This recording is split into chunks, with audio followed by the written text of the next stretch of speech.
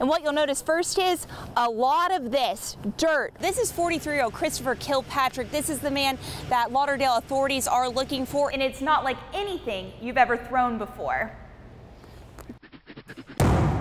Make sure that you have enough safety equipment on, things like hard hats and even safety goggles and protective gloves. Right now, taking one step, look at that. Already past that foot mark. Go ahead and cut him up. There's no way that your dog is going to get his little head stuck in here and not be able to breathe. Oh, there we go, you guys. Good morning. The 22 push-up challenge in order to save his people. And it turns out not all giants in life are human. Look at this. You can rent these little scooters. They say that the footage found on those cameras show the deputies walking into the home and then the suspected shooter approaching them. When you get into your car, you're probably gonna notice this. Clear windshields. She says by simply snapping a picture with the dog, you can rewrite their story. All you need is a 1-gallon bucket. You can see there's still glass lying right here, glass from the door of this attempted burglary. These sheriff's deputies are responding to a much better call than the one they answered last Wednesday night.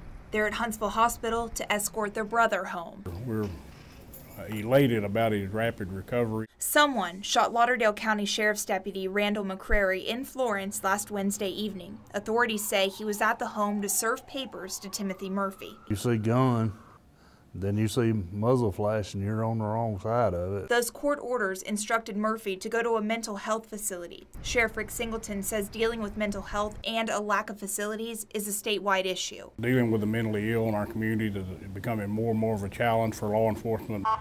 It's been nearly a week since McCrary nearly died in a shootout, but he's not fazed. I'm ready to go serve the people of Lauderdale County. McCrary thanks all those who stood by his side following the incident, but says the man upstairs receives the credit. It's just the power of God to get me where I'm at. These flashing lights are not a sign of an emergency, rather a deputy's escort returning a miracle back to their county. In Huntsville, Courtney Crown, WHNT News 19. The Clemson Tigers are used to playing talented teams away from their home turf, but on Saturday morning, they took some time out of their busy schedules to score some extra points with some fans who could really use a smile. Blakely Lowrance and Clemson quarterback Kelly Bryant are celebrating. It's been exciting. Blakely's all in for Clemson. Yeah. So this rocks. It was really exciting to see the coach for the first time. And then all the football players are so big, and they're huge.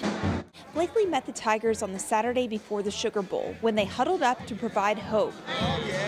To give something good back to the local children's hospital in New Orleans, where young patients like Blakely stay for now. Just to be from here and go into the hospital and see those kids and just putting a smile on their face, it means so much to them. In the midst of a week full of practice before the big game, Clemson head coach Dabo Sweeney says this gathering is a good practice for the game of life. I think it's important to always have great perspective. A chance to remember their reality is another person's dream. And there's somebody every day literally praying for what we take for granted, whether it's to be able to get up out of a chair, take another breath, whatever it may be, walk down a hall, much less have the ability to go play football. On one day, for mere minutes, a group of children taught these college football all-stars life lessons on their home field. The best day ever. It's just all God's work. The Clemson Tigers promised Blakely a signed helmet and t-shirt as soon as they return home to South Carolina. In New Orleans, Courtney Crown, WHNT News 19.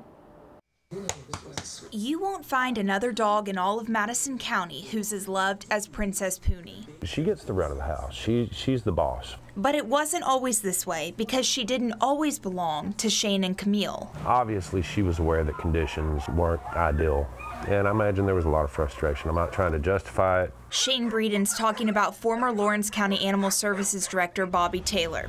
Bobby's charged with 16 counts of animal cruelty and 1 count of animal abuse for allegedly harming more than 250 animals in her care. This is video of one of those dogs. The person filming this says Taylor is the woman hitting the animal. This video, shot by a shelter volunteer, played a large role in ending a dire situation for so many cats and dogs. He saved them. This video ignited an investigation in Lawrence County's shelter. The footage also sparked this story on the day Taylor heads to trial.